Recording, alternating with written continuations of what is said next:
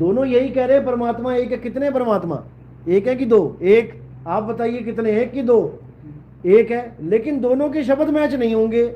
जब परमात्मा दोनों का एक है तो दोनों के शब्द भी मैच होने चाहिए, लेकिन नहीं होंगे। इसीलिए बोला है शब्द शब्द बहु अंतरे। शब्द और शब्द में बहुत अंतर है। कब अंतर है? जब वो 52 अक्षरी शब्द बन जाता है।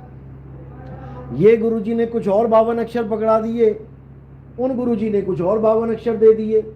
लेकिन साहिब क्या कह रहे हैं? 52 अक्षर जीव आधारा। जो आपने दिया वो भी जीव से बोला जाएगा, जो आपने दिया वो भी जीव से बोला जाएगा। यानी दोनों का जो नाम है उसका आधार क्या हो गया? जीव। 52 अक्षर जीव आधारा, आदि अक्षर जीभ्या से न्यारा। वाही को सत सिमरण कहिए, और सिमर सिमर नर उतरो पारा। यहां पर मतभेद है केवल अक्षरों का। कबीर साहब कह रहे हैं ये का खा गा गा चा छा जा टा ठा डा, इन्हीं अक्षरों में से इन गुरुदेव ने भी दे दिए नाम, इन्हीं अक्षरों में से इन गुरुदेव ने भी दे दिए। अब ये अक्षर ही हटा दिए जाएं, ये सारे अक्षर हटा दिए जाएं, अब ना तो ये कुछ दे पाएंगे ना वो गुरुजी कुछ दे पाएंगे। अब क्या रहेगा? अक्षर तो रहे नहीं, ये अक्षर खिर जाएंगे। अब क्या बचा? वो अक्षर इनमें नहीं। अब क्या बचा? आत्मज्ञान बचा। अब बचा आत्मदेव, वो इन अक्षरों में नहीं है। उसी आत्मदेव की महिमा कृष्ण जी गा रहे हैं। हे अर्जुन, आत्मा अजन्मा है, नित्य है, शाश्वत है, पुरातन है। आत्मा ही सनातन है। अध्याय 2 24वां श्लोक। और उसी आत्मदेव की महिमा कबीर साहब कह रहे हैं, आत्मज्ञान बिना नर भटके, कभी काबा कभी काशी, जल में मीन प्यासी, मोहे देखते आवे हासी। दोनों आत्मदेव की बात कर रहे हैं, लेकिन हम लोग जान नहीं रहे कि आत्मदेव है क्या। हम पकड़ के बैठ गए अक्षरों को। इसलिए कबीर साहब ने कहा 52 अक्षर जोरे आन, सक्या न अक्षर एक पहचान। उस एक आत्मा रूपी अक्षर को कोई नहीं जान पाया। अक्षर यानी अविनाशी। शर का मतलब नाशवान, आगे आ लग गया, अक्षर यानी अविनाशी।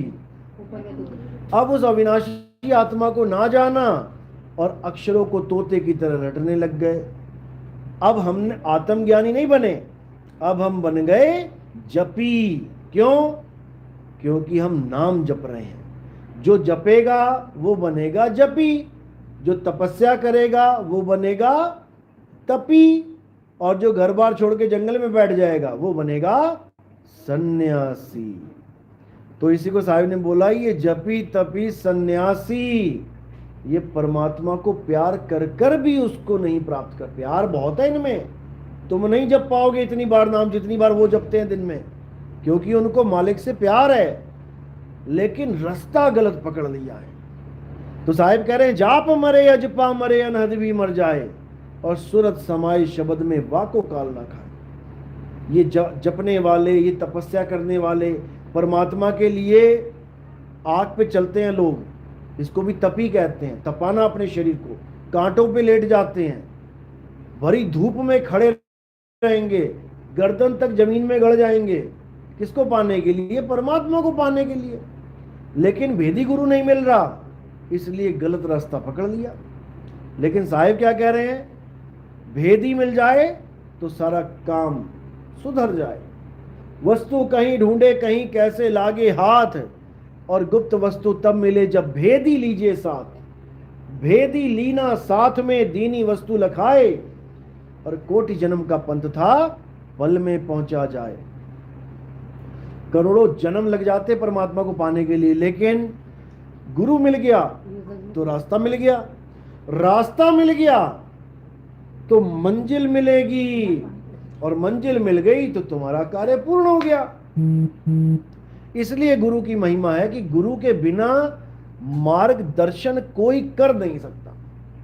गुरु का मतलब है मार्गदर्शक, जो तुम्हें बताएगा बेटा ये रास्ता गलत और ये सही है। इसके अलावा गुरु का कोई रोल नहीं है। गुरु को लोगों ने परमात्मा बना रखा है। कितने गुरुओं को परमात्मा बनाओगे भाई? हर चेला कह रहा है मेरा गुरु परमात्मा मेरा। अरे ढेर लग गया परमात्माओं का, यहाँ पे ढेर लगा दिया परमात्माओं का। और जो एक सच में परमात्मा है उसका आता पता किसी को नहीं। जिसको ढूंढने के लिए गुरु बनाया हमने, उसी को परमात्मा बना दिया। तो फिर जिसको ढूंढने के लिए निकले थे घर से, वो कौन है? उसको नहीं जान पाए।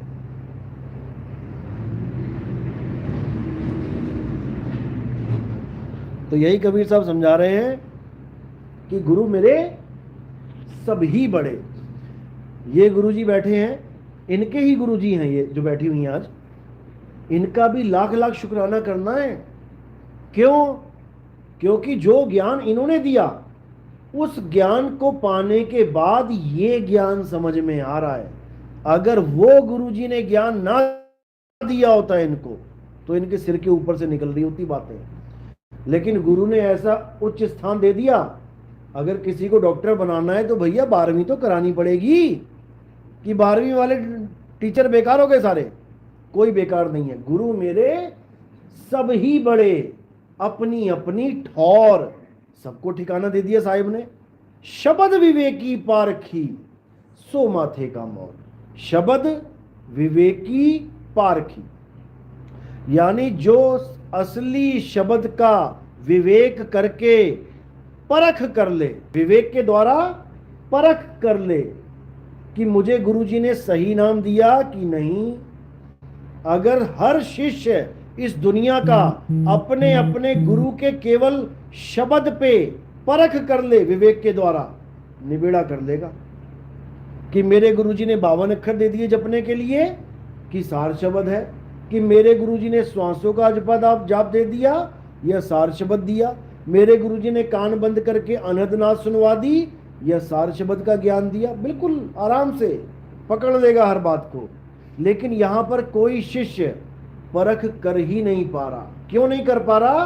क्योंकि जब तक गुरु पारखी ना मिले तब तक चेला पारखी नहीं हो सकता। आज इतने चेले क्यों तोड़ रहे हैं लोग? क्यों अपने अपने गुरु को छोड़ के आ रहे हैं?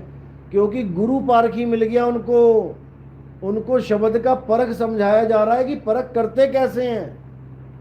अगर परख समझा रहे हैं तभी तो लोग परख के आ रहे हैं कि भैया हमें भी 52 ही मिला हुआ है। तो साहिब कहते हैं 52 के जंजाल में और फंस गया ये संसार, सिमरन 52 का करे कैसे लागे पार। जो नर पड़े 52 के फेरा, सो नर जानो काल के चेरा। जब 52 का टूटे डोरा, सहजे छूटे काल झकोरा। फिर नहीं आए फिर नहीं जाए, सार शब्द में रहे समाए। हमारा असली घर क्या है?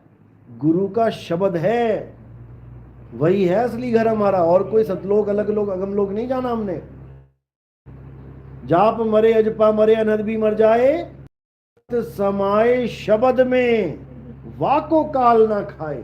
तो शब्द में जब सूरत समाएगी तो सूरत का घर क्या हुआ? शब्द ही उसका घर हो गया। अभी सूरत समाई नहीं है शब्द में, तो अभी घर कहाँ है? अभी ये शरीर घर है सूरत का।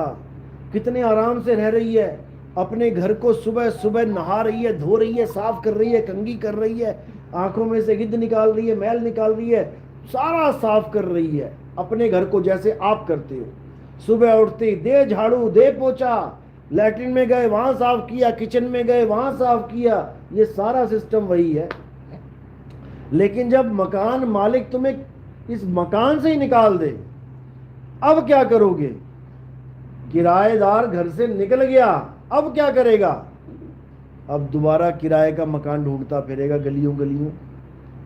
तो इसलिए साहिब कह रहे हैं कि इससे पहले कि मकान मालिक तुझे निकाल दे, तो अपने असली घर की पहचान कर ले। ये बेगाना घर है, रहना नहीं देश बेगाना है। ये धरती कागज की पुड़िया, बूंद पड़े घुल जाना है। ये है धरती। हाथ डुबो के रखो जब 3 4 5 घंटा, और हाथ देखना कैसा हो जाएगा तुम्हारा। ऐसी ये धरती है, देखने में लग रही है बहुत सॉलिड है। 40 दिन बारिश हो जाए अगर लगातार, 40 तो मैंने बहुत ज़्यादा बोल दिया है, अगर 4 दिन लगातार बारिश हो गई तो खेतों में तुम चल नहीं पाओगे।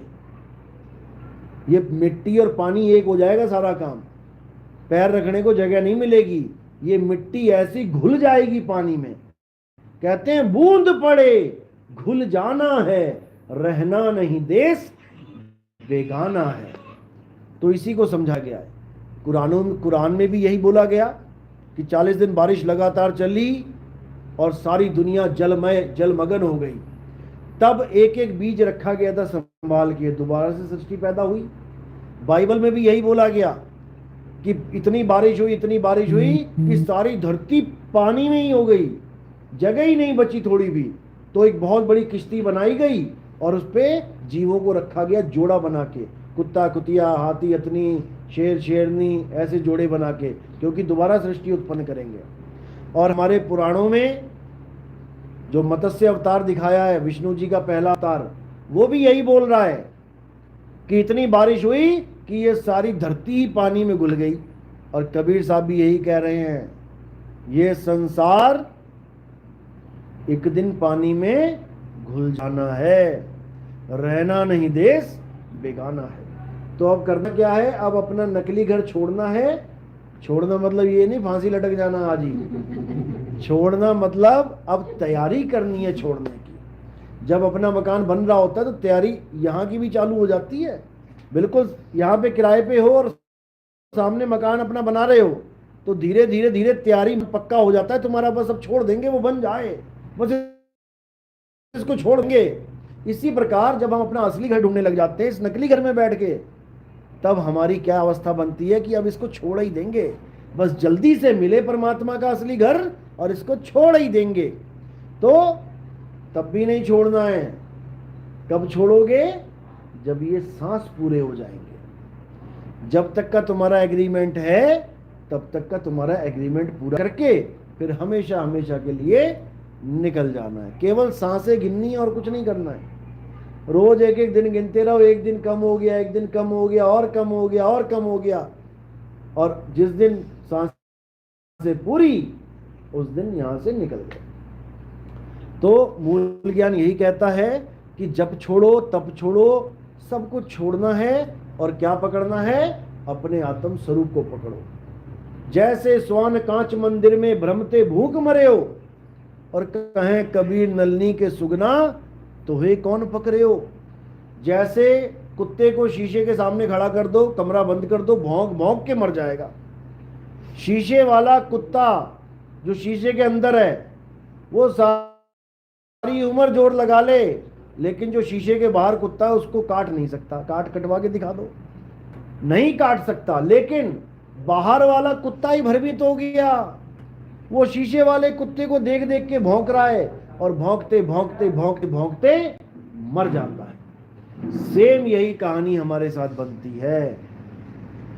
जो बाहर वाला कुत्ता है वो कौन है और अंदर वाला कुत्ता है वो कौन है? जो बाहर है वो हमारा सत्य स्वरूप है और जो अंदर है वो हमारा प्रतिबिंब है, नकल है। ये बैठा है नकल और आत्म स्वरूप है असल। अब क्या करना है? अपनी सूरत को अपने नकली स्वरूप से हटा के अपने असली स्वरूप में लगाना है। अगर वो कुत्ता समझ जाए कि ये